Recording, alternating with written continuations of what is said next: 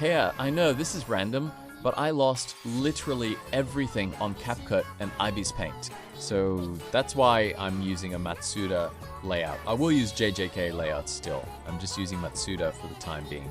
But I won't be posting for about a week after this since I'm going on a trip. Also, for the Gojo layout, I unfortunately cannot use it. I'm genuinely sorry, but I can't download it. Well then, after me stating all of that, bye. I hope to see you again.